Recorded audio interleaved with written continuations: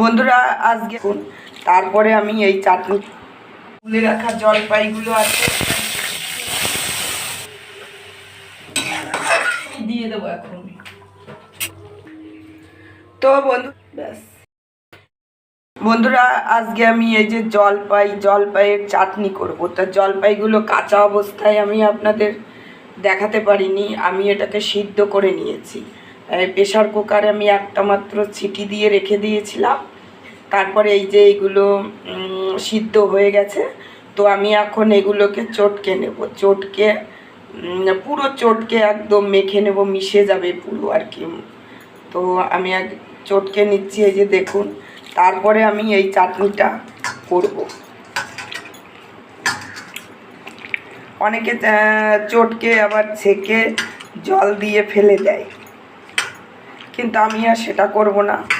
এটাতে আমি পুরো চটকে একদম মিশে যাবে, তারপরে আমি এইটা চাটনি করব।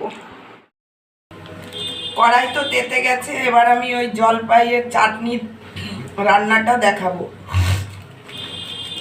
কড়াই তেতে গেছে, তো আমি চাটনিটা এবার বসাবো। তার জন্যে আমি আগে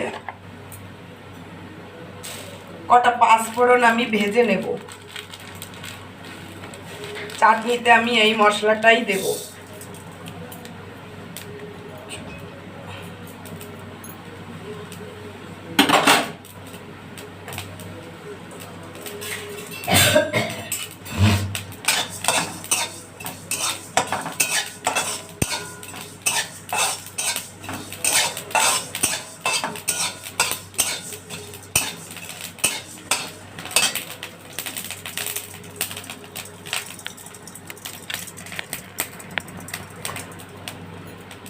তো মশলা ভাজা আমার হয়ে গেছে, এবার আমি নামিয়ে নিচ্ছি।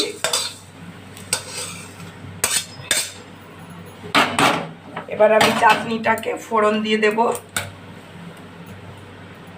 তেল দিয়ে দিচ্ছি প্রথম।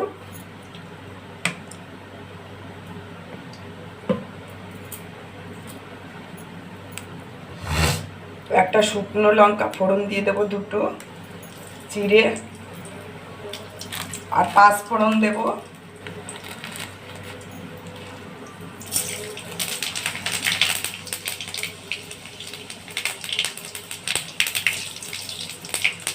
এবারে যে গুলে রাখা জলপাইগুলো আছে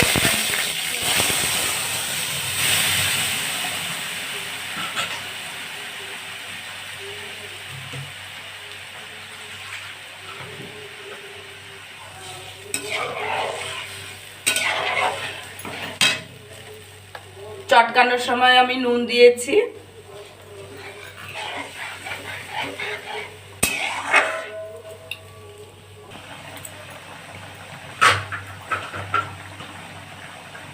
চাটনিটা অনেকটা হয়ে গেছে। এবার আমি কতগুলো কিশমিশ আর এই যে কাজু বাদাম সামান্য আছে, এটা দিয়ে দিচ্ছি।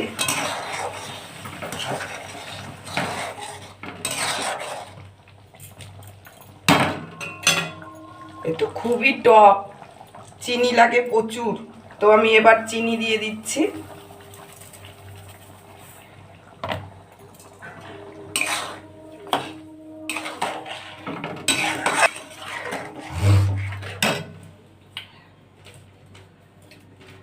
এতে তো আর আমি অন্য হলুদ টলুদ কিছুই দিইনি, তো তখনই আমার দেওয়া উচিত ছিল। আমি একটু লঙ্কার গুঁড়ো দেবো এর মধ্যে, সামান্য একটু, ঝাল ঝাল মিষ্টি মিষ্টি লাগবে।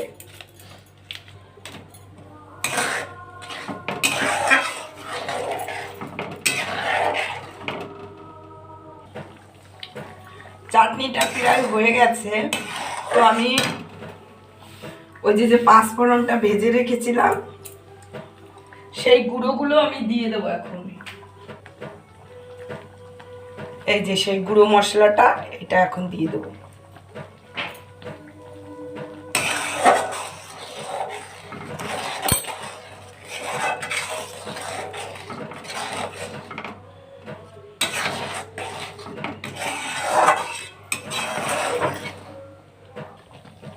তো জলপাইয়ের চাটনি রেডি, এখন নামিয়ে দেব, হয়ে গেছে রান্না। তো তো বন্ধুরা, জলপাইয়ের চাটনি আমার রেডি, বেশ সুন্দর হয়েছে। তো এই চাটনি এখন পাঁপড় দিয়ে খেতে হবে, দারুণ টেস্ট হয়েছে। কারণ একটু আমি হাতে নিয়ে দেখলাম, রাঁধুনির কাছে ভালো না হলে কি সেই জিনিস অন্যের কাছে ভালো লাগে খেতে, যে চিনিটা নুনটা ঠিক আছে কিনা। তো চাটনি রেডি হয়ে গেছে, তো আমার এই রেসিপি রান্না কমপ্লিট। তো বন্ধুরা, আমার তো চাটনি রান্না হয়ে গেছে। তো এখন এই চাটনির রেসিপিটা আপনাদের কেমন লাগলো অবশ্যই আমাকে কমেন্ট করে জানাবেন কিন্তু। আর হচ্ছে নতুন চ্যানেল, আমি বরাবরের মতোই বলবো আপনাদের, অবশ্যই আমার চ্যানেলটার রান্না যদি আপনাদের ভালো লাগে তাহলে সাবস্ক্রাইব করবেন, অবশ্যই লাইক দেবেন, কমেন্টস করবেন।